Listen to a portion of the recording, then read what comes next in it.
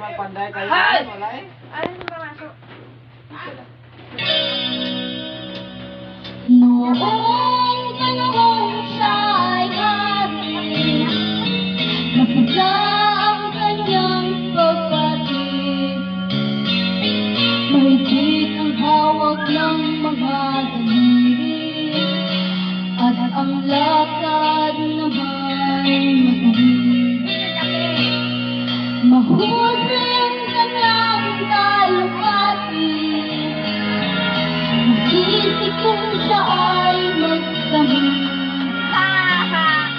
Malalim ang kanyang pag-iisip, at lahat ay sa kanya nagkatipid. Ngunit ngayong siya'y pagod na,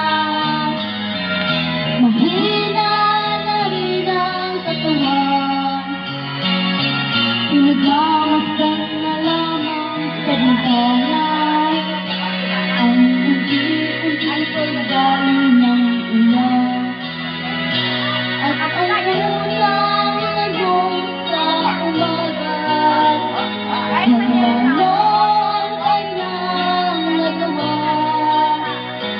sa paglipas ng siyang dating taon. Nung siya'y malapit at mataba,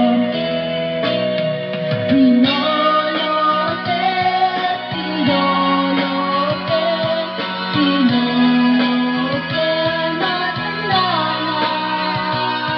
Ngunit mahal ko pa si Lolote, kahit siya ngayon ay nauna.